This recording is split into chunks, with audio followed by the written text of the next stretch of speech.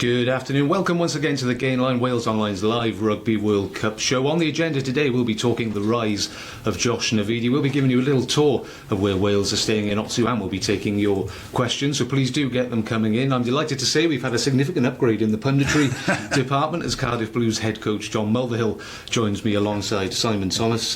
John, let's get the Wales-Australia banter out of the way early doors. How are you after last weekend? I think three of my boys won last weekend, so we're quite happy with that. I think the second half was fantastic. We only saw snippets because we were flying back from Africa after playing the Kings, but certainly Wallabies looked like they're on top second half. Wales got out of the blocks quickly, but I think both teams should take a lot of confidence out of that game, that when they come, whoever they come up against in the quarterfinals, they should be battle hardened and ready to go.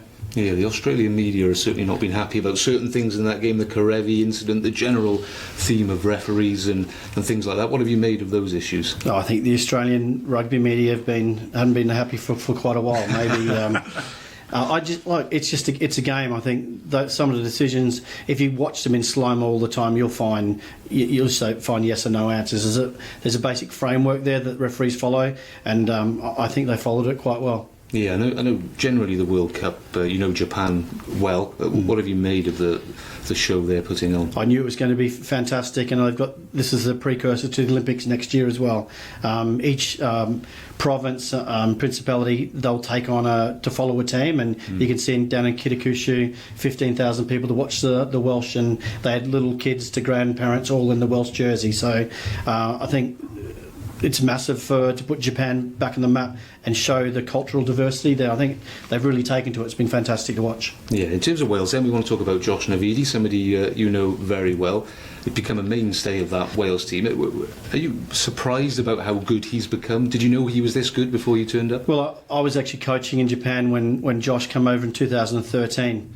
When he went probably in his first tour, and then he sort of fell out of favour for a little while, but he's just such a good natural rugby player. He's probably not the biggest, but pound for pound he'd probably be the strongest. He physically will just put his body on the line every week, and that's something that changes games. You saw in the English game here recently where he came on at half time and just changed it when we were just faltering a little bit. So he's become one of Warren Gatland's go-to men, and certainly we're looking forward to watching him progress in the World Cup and getting him back here nice and fit after a bit of a rest when he finishes. But he's a little bit different. He's fairly quiet individual. He likes his music off pitch, so he's got some other things going that's not rugby focused, and I think when he gets back into the rugby, that's how he can stay as focused as he is and driven as he is. Yeah, and Simon, he's taken on that number 8 role at this World Cup, something he hasn't really done quite so much in recent times for Wales. How do you think he's coped with that? It's interesting. I think it works quite well, as John thinks, in terms of the way Justin Tipuric operates. Because having Navidi there, who's such a workhorse, and Wainwright as well, who does an awful lot of high tackle count, very dynamic, a lot of that nitty-gritty work. It seems to perhaps free Tipuric up to do what he's best at, maybe, John? Tipuric's probably not the hardest on the ball. Those other two, Wainwright and Navidi, and you get Ellis Jenkins when he's around. That allows Tipuric to play a little bit wider because he's got a really good attacking game. Yeah. He's good with the ball. He's an option as a passer or a runner. So it allows probably the attack coach to use some of their forwards in different roles. Is that the most important thing about a back row, the balance? I think you basically you need a 6 who's big and tall and can win line-up ball and hit rucks and carry. You need an 8 who needs to be destructive, and you need a 7 on the ball. But if you look at Australia with Hooper and Pocock, they've got 2 on the ball, and I think we look at Wainwright and Navidi, we have 2 on the ball as well. So that frees up the third person to bring something different to the party. The other one I was going to ask about, did you teach Thomas Williams that bit of acrobatic skill? Is that coming from you, John? I tell you, I don't think a lot of people can teach Thomas Williams. He's just his own man. But the probably significance of that happened. Australia were on top. They got a penalty. Would have been a line out down near the 22, not long on the clock. And you think that they would have got the next score. So that's just Thomas. You try not to coach him too much because you don't want to coach those things out of him. Yeah, indeed. Okay, thanks, guys. We'll leave it there just for a moment. Now, our man Matthew Southcombe is out with the Wales team in Otsu, as we've mentioned once or twice in recent days. He's done us a favour and given us a little guided tour of what you can get up to there. Matt Southcombe for Wales Online here in Otsu. This is where Wales are basing themselves for the last few days and the next few days, really. Now, the general vibe is that there's not really a lot going on here, and perhaps not much to do, but let's go find out for ourselves.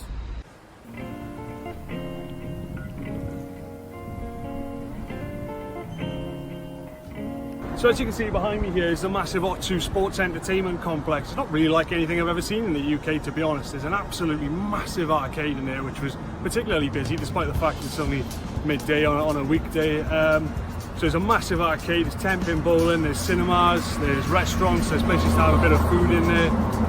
And then when you pay to go in, there's a load of sports games in there. There's baseball, batting cages. I had a little go at that myself with mixed results. And then there's absolutely loads of other games in there as well. There's a football game, tennis games, basketball, there's segways in there that you can try. There's pretty much everything you could ever imagine in there. So if the players ever get bored while they're here and O2 on their doorstep is the Sports Entertainment Complex, and I'm sure that'll keep them busy for a few hours. So I'm down here at O2 Port now, and this is where you can basically get on a cruise or a ship that takes you around the massive Lake Biwa. That's the focal point of the area, really. As you can see, there's the Michigan behind me. That's described as a party cruise, believe it or not, on the boards in the terminal building. It'll cost you about 3,000 yen, give or take, to get on there. You can have some food, some drink, kick back and enjoy yourself while it goes around the lake.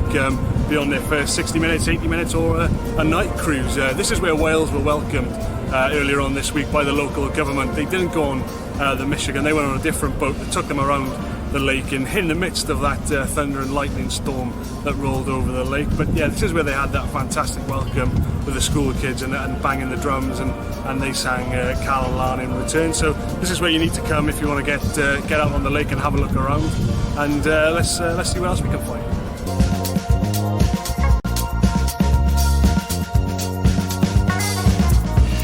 So I'm here now at the Madeira Temple, just at the foot of one of the large mountains that surrounds O2 and Lake Biwa. And this is one of the biggest temples here in Japan. There's over 40 named buildings on the complex, and it was created in the year 672, so there's a lot of history around here. And yes, I did swallow the information leaflet before shooting this, but it's a beautiful spot. The scenes and the views are fantastic. You've got brilliant views over O2 and Lake Biwa, as well as some really nice architecture and some fascinating buildings.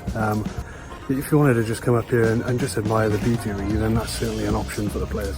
So there are things to do. The players are keeping themselves busy and doing little bits and bobs, but there isn't a great deal on, but it does serve a purpose. And then we're right back into things. The focus comes back, the intensity comes back into the squad environment, and it's full steam ahead for Fiji and Oita, and then Uruguay and Kumamoto, and then hopefully the quarter-final, semi-final, and who knows, maybe the final. So there's going to be a lot to cover over the next couple of weeks, and of course you can catch it on Wales Online. He's like a young Judith Chalmers, isn't he? Simon, impressive there with the baseball bat, though. Yeah, you see how many balls are on the floor, though. How many takes did that take before he... Yeah, really good. Where's the really outtakes? Good. Interesting thing, though, John, I mean, obviously the Wales players have had a good few days off now in O2. How challenging is it to keep a group of 30 guys entertained and engaged when you're away on tour like that? I think it's really important that you keep them focused for a certain amount of time, and then you do let them, get out and about, let their hair down a little bit and relax, and then refocus again. And so when they come back in, they'll be a lot better for it. Looking at some of that footage of Japan, so it makes you a little bit homesick. I lived there for 8 or 9 seasons, and there's a lot to do there. Like culturally, if all the teams staying in around Tokyo, hour and a half on a bus, you're down at Mount Fuji. You've got Disney Sea. I've seen some of the wallabies at Disneyland. You've got Harajuku, which is people walking around in different costumes and cartoonists. And if they're down around Osaka, they could take a day out at Nara or Kyoto. Hiroshima's not far away as well. So there's a lot to do. It's culturally so different that they will have some fun just getting out there and having a look. There's golf and other things they can do as well, but just being there be fantastic. So they'll do that for a day or two, and then they know they're there to do a job, not come back and get back into it. And I'd rather, and a lot of coaches will do that, because it's hard to keep them engaged for more than 15 minutes really at a time. We've cut all of our meetings down to everything is in 6 and 7 minute blocks, and everything has to be done by 15 minutes. And that was a bit of feedback from the players last year. The same in the Welsh camp.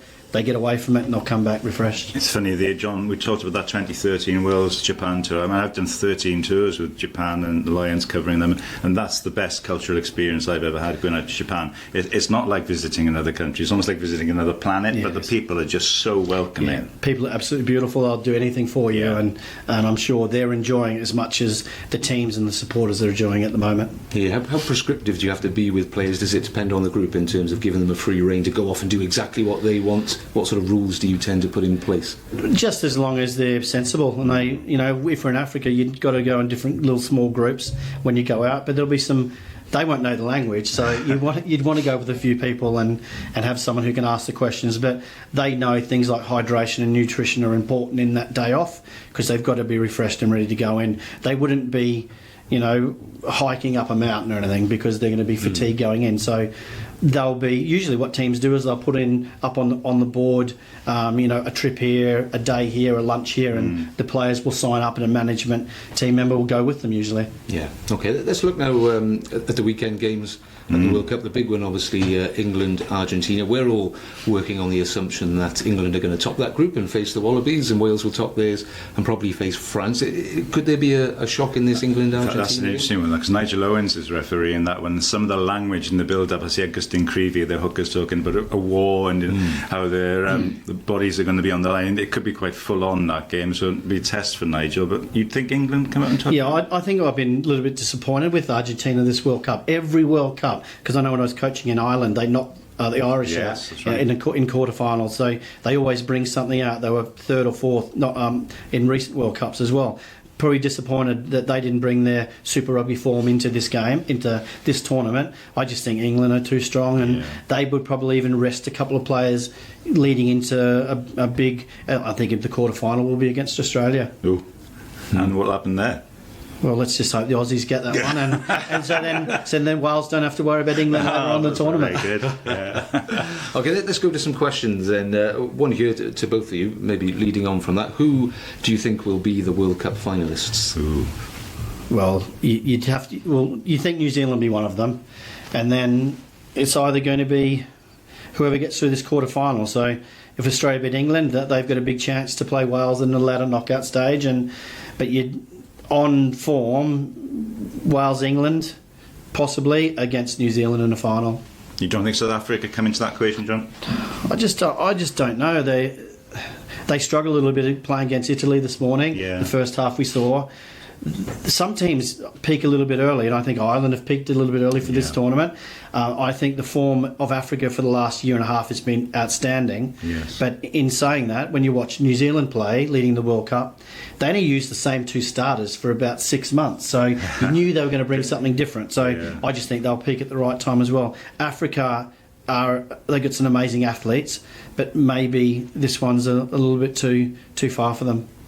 Okay, interesting stuff. One here from Paul Curran. What's the one thing that surprised you about Welsh rugby in a positive way, and the one thing that surprised you in a negative way since you've arrived? Well, probably it's exactly the same thing. They're so passionate about it. So for me to come to a country where it's the number one sport, in Australia it's not, in Japan it's not, in Ireland I suppose it's not because you've got the Gaelic game. So to come to a country that it's the number one, it's fantastic. On the opposite side as well.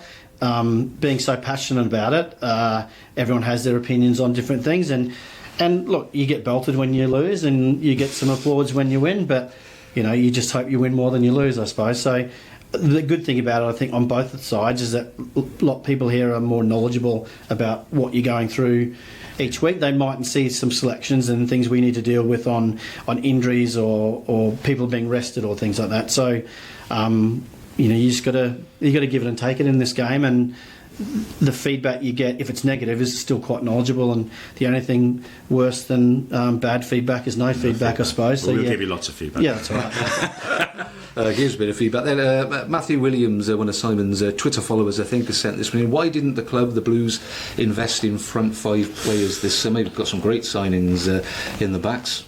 Yeah, well, if you look at it, that's a fair point. I think Project Reset slowed that down a big way, and you'll see in the next few weeks with the new, hopefully the funding model will come out. We'll be able to bolster again. But in saying that, we kept Dimitri, our hip, at the club, and we've got Rory Thornton not on loan anymore. He's one of our players. So we have sort of bolstered that, but we need to also put faith in guys like Macaulay Cook to continue on. Ben Murphy, who's only young, to get his chance. You've got Seb and Rory together, both international players, and we're lucky we've got Josh Turnbull who can step up there as well. So I think we're in a pretty good spot because Will Boyd takes pressure off the back row, which enables guys to move forward. So it's not ideal, but next year again will be different. You've got Edinburgh up tomorrow. You start with a win against the Kings. I mean, how good do you feel about the place you're in at the moment going into this? So we in some ways we were lucky to win last week. We got away with 5 points, but we hit all of our targets on our KPIs. But we played. Discipline's a big thing with the new framework of high tackles and whatnot coming in. So we played 26 of the minutes with 14 players, 8 minutes with 13 players. So to get out of that and still winning with a bonus point, I think it's fantastic, but we need to be better, particularly against Edinburgh, who are very set-piece focused. They play all their strike players off line out, so we've got to make sure that we keep it as free-flowing as possible tomorrow. And, if we get a good win, there's 2 from 2. And I'd take that on 0-3 last year. Good point. Absolutely. I want to hear from Chris, which is similar maybe to the last one in terms of the theme of it. How easy is it to plan for the future with all the uncertainty about budgets in Welsh Rugby?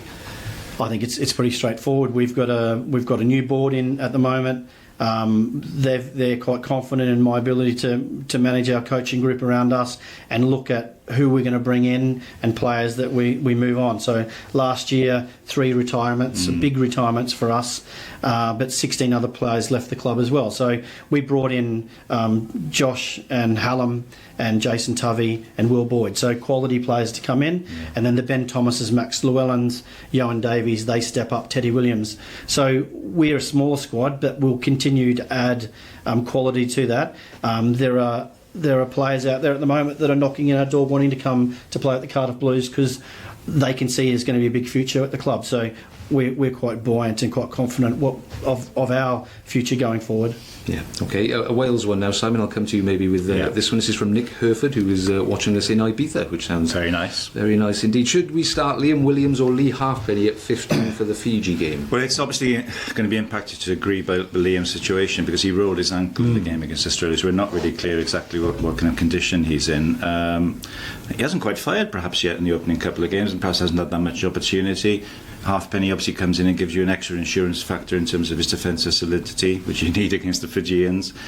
I tend to think, though, that from what Gatland said beforehand the tournament, Wales will go in full throttle against Fiji, look to get the job done maybe in the first hour, and then utilise other players towards the end of that game, and then particularly in the Uruguay match. It's all about balance, isn't it? I think against a kicking team, Lee Halfpenny, he's everywhere all over the pitch. Yeah. But again, I don't think Fiji are going to kick too much. No, not too much. Liam Williams might be the man. Who's the Wales player who's impressed you the most in this tournament? You can't pick a Cardiff Blue. I was going to say Josh Adams and Josh Navidi.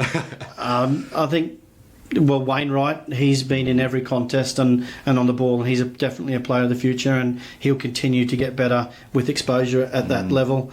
I think both halves, both nines have been very good and had their moments when they've come on, and the scrum sort of held its own, I think. So we're in pretty good shape. If we get our set piece right and our backs firing, and we've got finishes on the end.